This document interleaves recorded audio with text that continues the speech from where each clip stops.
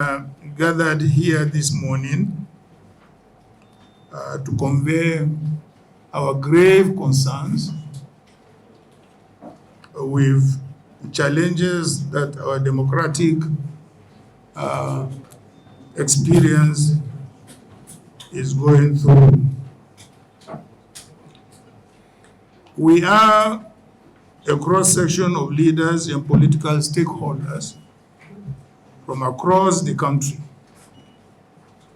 We have come together to address the dangerous and unconstitutional actions taken by President Bola Ahmed Tinubu on March 18, 2025, to wit, the declaration of state of emergency in Rivers State and the illegal suspension of the democratically elected governor, deputy governor in the State House of Assembly. This action is not only unlawful, but also a clear subversion of democracy and imposition of autocratic federal control over a duly elected state government. We strongly condemn this development and call on all Nigerians of good conscience to resist this brazen assault on the constitution of our country and the institutions of our democracy. The president's illegal and unconstitutional proclamation was presumably driven by the protracted, insidious political crisis in Rivers State, which culminated in the recent ruling of the Supreme Court. Naturally, we expected all parties to the dispute to follow laid down procedures and in good faith to comply or to promptly implement the judgment of the highest court of the land.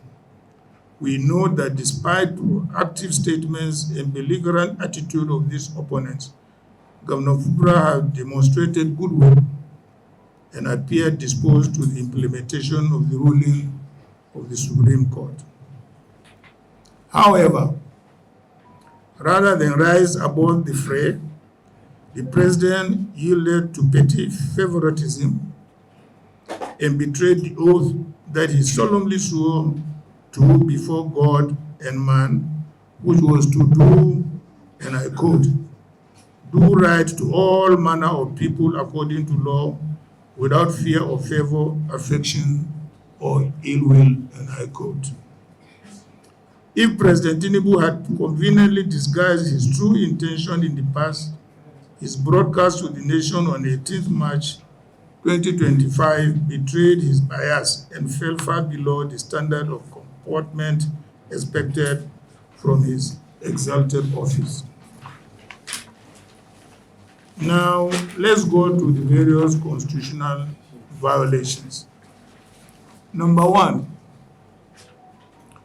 illegal removal of a governor and state assembly. Without any doubt, the Nigerian Constitution does not empower the president to remove an elected governor, deputy governor, or state assembly under any circumstances.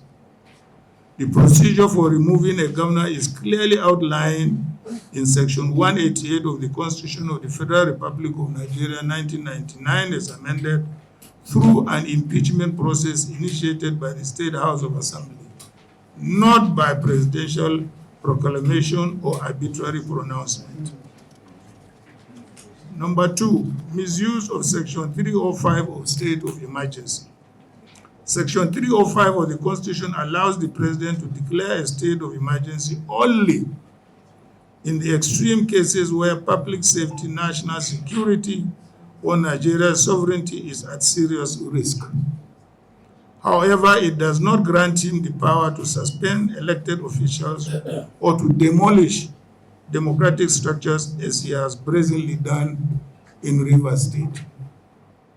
Furthermore, Section 305(1) states that any proclamation of emergency is subject to the provisions of the Constitution, meaning it cannot override the tenure and removal procedures of a governor.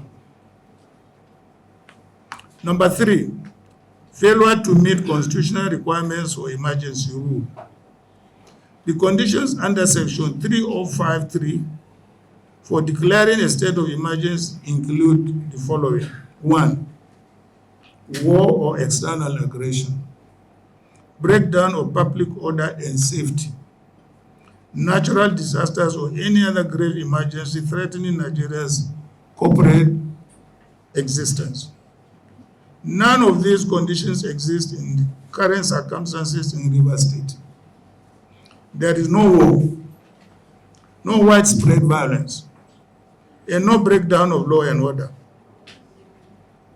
warranting emergency declaration. Failure to follow due process. Even if an emergency declaration were valid, which it is not, it will still require a 2/3 majority approval of all members of the National Assembly. That is at least 72 senators and 240 members of the House of Representatives. If this approval is not secured, the proclamation must automatically cease to have effect. Number 5, alternative legal avenues were ignored. If the issue was the diversion of the Rivers State House of Assembly, the President could have encouraged the National Assembly to intervene under Section 11 of the Constitution. However, even under such an intervention, the governor and deputy governor cannot be removed by any arm of government except through constitutional means, as the proviso to Section 11(4) clearly provides. A manufactured crisis for political control. This state of emergency declaration is not about security. It is about power grabbing and control in Rivers State. The disagreements within Rivers State stem from the defection of 27 assembly members from the PDP to the APC, their loss of seats under constitutional provisions, and the subsequent political maneuvering to undermine the governor's mandate. Rather than allowing the law to take its course, the federal government has engineered a crisis to justify this obviously premeditated and brazenly cynical and unconstitutional action. We find the federal government excuse of pipeline vandalism quite untenable and even laughable. The security of national infrastructure falls squarely under the responsibilities of federal security agencies and privately contracted security firms. If this issue had to do with breach of security in whatever form, the question that should naturally be asked: who controls the police, the military, and the DSS, the governor or the president? Now, ladies and gentlemen, our demand and call to action. Number 1, immediate reversal. We call on President Bola Ahmed Tinubu to immediately revoke this unconstitutional proclamation and reinstate the elected governor, deputy governor, and state assembly of Rivers State. 2, National Assembly reduction. We call on patriotic senators and representatives to vote against this illegal action when it comes before them for approval. The National Assembly must stand on the right side of history and not allow itself to be used to legitimize an unconstitutional power grab.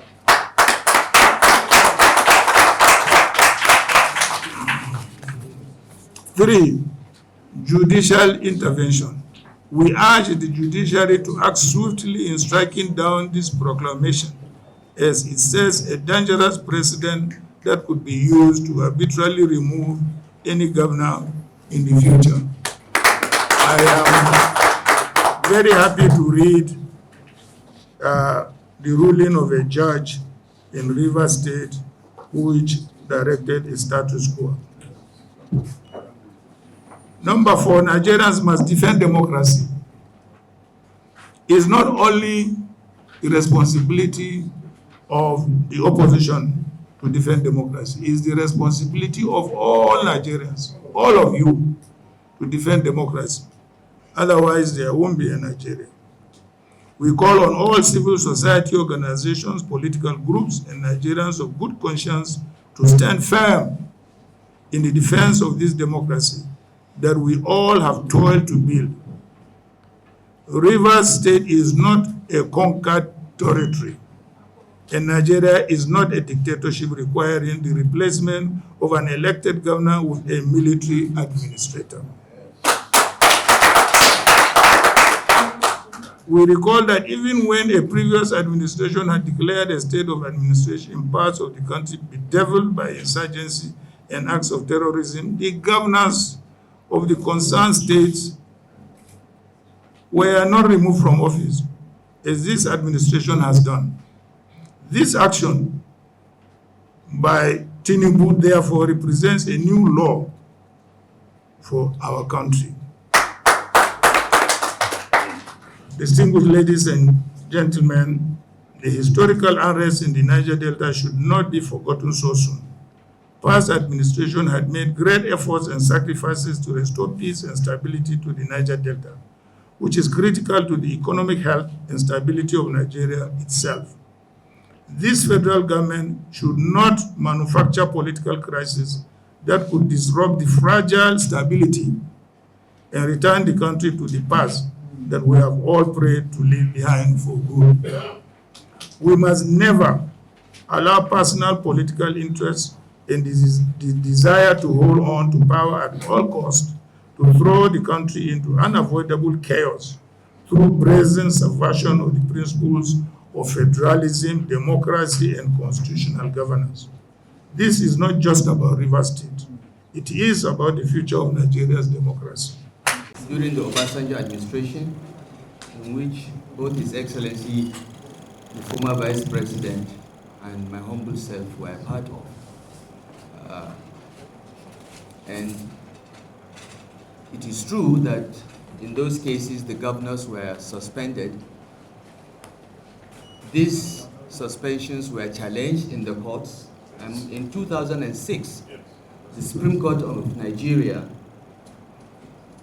gave a judgment clearly stating that even though by then Daria had been restored to office, but lashed the Obasanjo administration and said that under no circumstances will the emergency provisions in Section 305 be used to remove any elected official. That is the law. The Supreme Court has spoken. No legislation or constitutional amendment has changed that. So that is the law. No one, no person or authority can remove an elected official, whether governor, deputy governor, or member of the legislature, without going through the due process of law. In the case of governor, via impeachment. In the case of legislators, through recall. Those are the only ways you can remove an elected person. You cannot tamper with the mandate of the people under Section 305 of the Constitution. The Supreme Court has spoken, and it's very, very clear. What President Tinubu has done is violently unconstitutional and unlawful. And our hope is that the National Assembly will, for once today, this National Assembly, that everyone accuses of being Robusta, will at least for once stand with the people